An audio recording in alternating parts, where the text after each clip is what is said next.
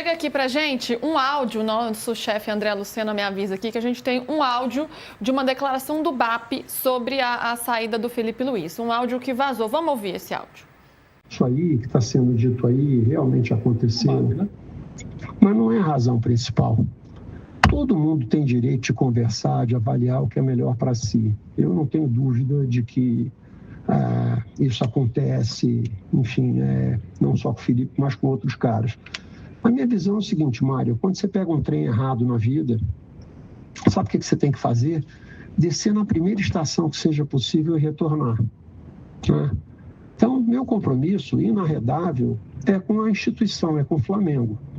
Quando eu não acredito que o que está sendo feito vai levar o Flamengo aonde nós desejamos que o Flamengo esteja, eu tenho que atuar. Foi exatamente o que eu fiz.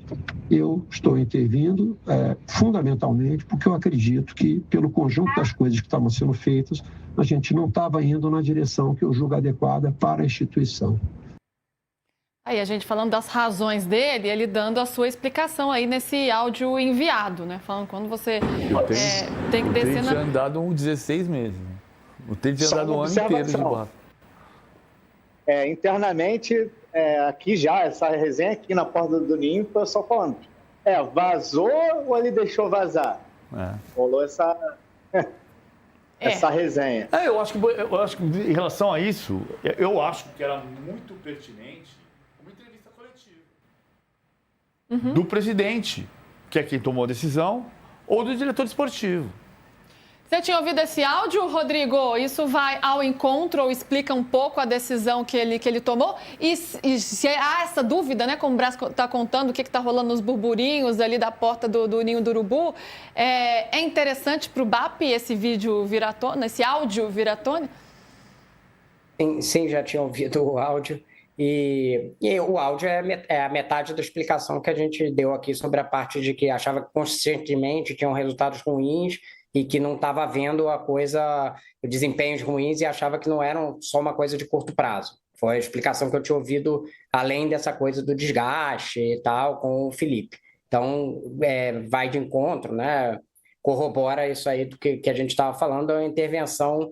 Agora, é contraditório com o discurso do próprio BAP, que queria uma estabilidade de técnico no Flamengo, e que mirava, inclusive, um modelo parecido com o do Abel Ferreira, que você tivesse uma estabilidade durante mais tempo de um técnico. O que houve é que ele interrompeu esse sonho da estabilidade, porque ele fez analogia, aliás, o BAP gosta bastante de analogias, né? Essa analogia com o do trem, que pegou o trem e está indo para o lugar errado, tem que descer na primeira estação. Essa lembrança é boa mesmo, porque entre tantos atritos que ele tem com Leila Pereira e com a diretoria do Palmeiras, ele já elogiou publicamente, né, o fato de a diretoria do Palmeiras ter uma postura sólida em relação a isso e trabalho de longo prazo, tanto que tem a longevidade do Abel. E que não era uma história do Palmeiras, né? Tirando você pegar Filipão, o Vanderlei Luxemburgo ficou 1 ano e meio na primeira passagem, 1 ano na segunda, 6 meses na terceira, 1 ano e meio na quarta e 10 meses na quinta. E não é uma história do Flamengo também, né? Não é uma história do Flamengo. Como é que era, PVC, o número que você tinha que o técnico começou e terminou o ano? A última foi antes do Felipe Luiz. Neste século, Vanderlei Luxemburgo em 2011 e Felipe Luiz em 2025. São os dois. Olha esse espaço, 14 anos, né? O último técnico sem jogos tinha sido Carlinhos em 93. E você lembra de outros episódios que o treinador tenha sido demitido na véspera de uma final? Eu lembro de um. Não, Oswaldo de Oliveira. Oswaldo de Oliveira. Mas era na semifinal. Mas foi um contexto diferente. Mas era na semifinal, né? Ele tinha a final da Mercosul. O Joel assumiu a final já. Na final, ele caiu depois do jogo do Cruzeiro, contra o Cruzeiro, que era por causa da história da folga. Aí o Joel é campeão da Mercosul e do Brasileiro com 3 jogos. Mas o PVC, nesse aí também teve um aspecto fora futebol. O abraço do Oswaldo de Oliveira que o Eurico não gostou, em quem que foi que ele abraçou ali no jogo, e que o Eurico ficou irritadíssimo, e foi um dos motivos da demissão. Mas o que eu lembro muito, Rodrigo, que era a história da programação, porque o Oswaldo tinha dado folga no dia seguinte, ele já estava irritado com o negócio do abraço, aí teve o negócio da folga, ele ficou fulo da vida e tirou. E aí voltamos. Eurico Miranda não tinha nada de mundo corporativo, né? Era puro futebol brasileiro.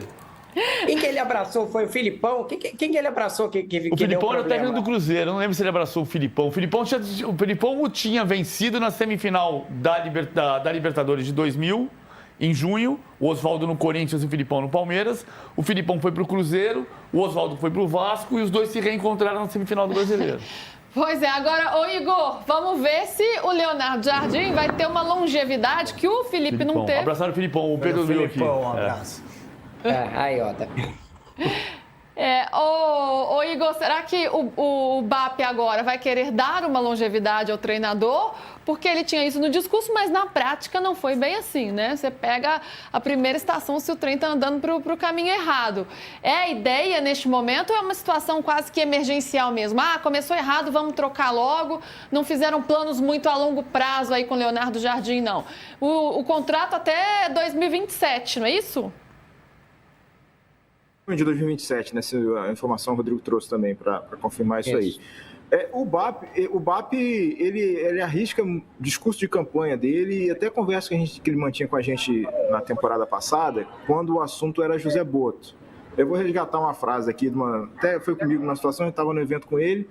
BAP, nesse dia aí, ó, nessa imagem aí que está até no vídeo aí, eu perguntei para ele nesse dia... e aí, vai fazer o que com o Boto? Tem continuidade e tal, renovação do Felipe? Primeiro que ele sempre adotou muito a política das figuras de linguagem do casamento. Então, para o BAP, nenhum casamento é eterno. É sempre eterno enquanto dure, enquanto existe amor, enquanto fizer sentido para os dois lados. E a partir do momento que não faz sentido para um dos lados, ele não tem cerimônia, para usar ainda o termo casamenteiro, para encerrar aí essa relação. Então, eu não confio, não dá para a gente confiar que o casamento vai ser eterno até o final do contrato. Então, a gente precisa ficar sempre de olho nesses contextos todos de bastidores, a situação do Felipe comprova isso. E ele, quando falava do Boto, ele adotava um discurso assim, não, porque eu sou um cara construtivista, eu gosto de continuidade, não sei o quê, mas a tentação de mexer na situação do futebol afetou isso, né? Tá claro, até nesse áudio vazado aí, e também colocando em xeque o grau de autonomia que o diretor profissional de futebol trazido lá em 18 de dezembro de 24, logo depois da eleição dele, o grau de autonomia para que o Boto conduzisse o futebol sozinho. Então, nessa temporada de 2026, o grau de intervenção do BAP está muito explícito num intervalo muito curto de tempo.